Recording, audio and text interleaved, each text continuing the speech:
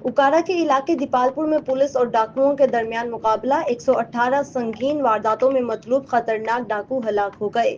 Police نے علاقے کو گھیرے میں لے کر فرار ہونے والے ڈاکوؤں کی تلاش شروع کر دی ہے۔ اکارا کے تھانہ سٹی دیپالپور کے نواحی علاقے گجر چوک میں پولیس اور ڈاکوؤں کے درمیان فائرنگ کا تبادلہ ہوا، جس کے نتیجے میں ایک خطرناک ڈاکو ہلاک ہو گیا۔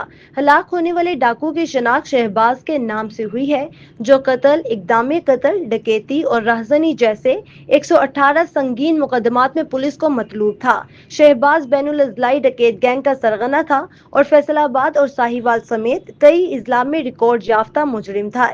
اے ڈویژن پولیس کو وہ حالیہ اسٹریٹ کرائمز وارداتوں میں بھی مطلوب تھا۔